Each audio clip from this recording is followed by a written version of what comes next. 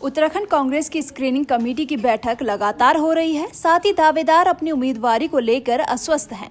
वहीं कांग्रेस प्रदेश अध्यक्ष गणेश गोदियाल ने कहा कि हमारी पार्टी अन्य पार्टियों की अपेक्षा में महिलाओं को अधिक टिकट देती है और इस बार भी देगी। साथ ही साथ उन्होंने कहा कि अभी तक चुनाव का कार्यक्रम ही जारी नहीं हुआ है, तो इसकी लिस्ट कहां से आ जाएगी।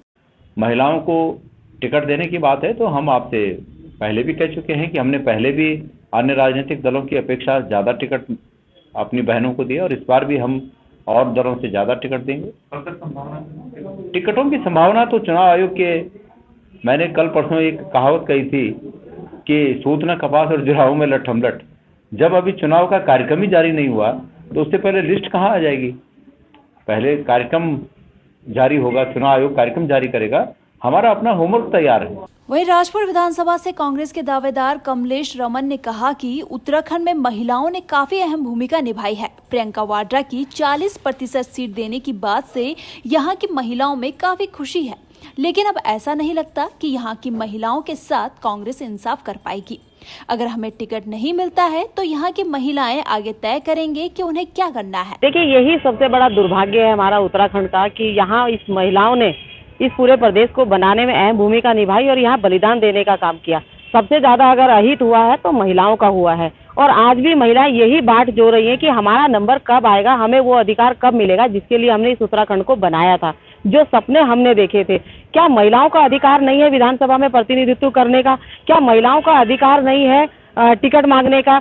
एक तरफ हमारी प्रियंका गांधी जी उत्तर प्रदेश में 40% महिलाओं को टिकट देकर उनको आत्मनिर्भर बनाने की बात कर रही है, दूसरी तरफ यहाँ उत्तराखंड के अंदर भी हमने अपनी एक मांग रखी है, डिमांड रखी है इस बात को लेकर के कि महिलाओं को उत्तराखंड में भी टिकट ज्यादा से ज्यादा मिले और शीर्ष नेतृत्व पर हमें भरोसा भी है। लेकिन ये लोकतंत्र है, जब तक हमारा आरक्षण बिल पास नहीं होगा लोकसभा में तब तक हमें नहीं लगता कि हमारा अधिकार हमें पूर्ण तरीके से मिल पाएगा। एक तरफ तो हमें कहते हैं कि कंधे से कंधा मिलाकर के महिलाओं को बराबरी का अधिकार मिलना चाहिए और दूसरी तरफ हमें अगर टिकटों से वंचित रखा जाता है तो ये अधिकार हमें कब मिलेगा? कब तक हम लोग इस चीज का इंतजार करें महिलाएं कि लड़की हूँ, लड़ सकती हूँ, ये नारा हमारा कब साकार होगा?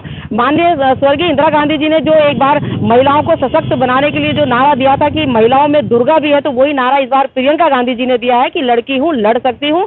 तो इस बार हमें पूरी उम्मीद है अपने शीर्ष नेतृत्व से कि उत्तराखंड में भी महिलाओं को ज्यादा से ज्यादा टिकट देंगे। अगर प्रियंका गांधी जी 40% देने की बात उत्तर प्रदेश में कर रही है तो मुझे लगता है कि उत्तराखंड भी अछूता नहीं रहेगा, उसको भी 40% के करीब महिलाओं को टिकट दिया जाना चाहिए। वहीं जब बीजेपी के प्रदेश अध्यक्ष मदन कौशिक से भाजपा में महिलाओं को टिकट देने की बात पूछी गई तो उन्होंने कहा कि मैं पहले कांग्रेस को देख लेता हूं कि कांग्रेस कितनी टिकट महिलाओं को देती है। उनकी बातें सिर्फ हवाई है या वह अपनी बात को मानकर 40% महिलाओं को टिकट देगी। सुना है आजकल उनकी कोई बड़ी नेता आएगी जिसने लखनऊ में कहा था हम 40% टिकट महिलाओं को देंगे। अगर यहाँ भी वही घोषणा करती है तो अच्छा है। अब देखते हैं उनका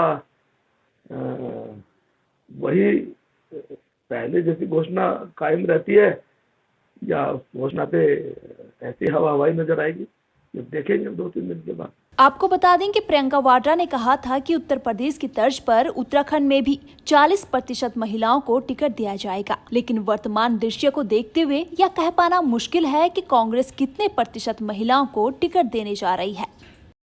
bureau report, news studio, Uttarakhand.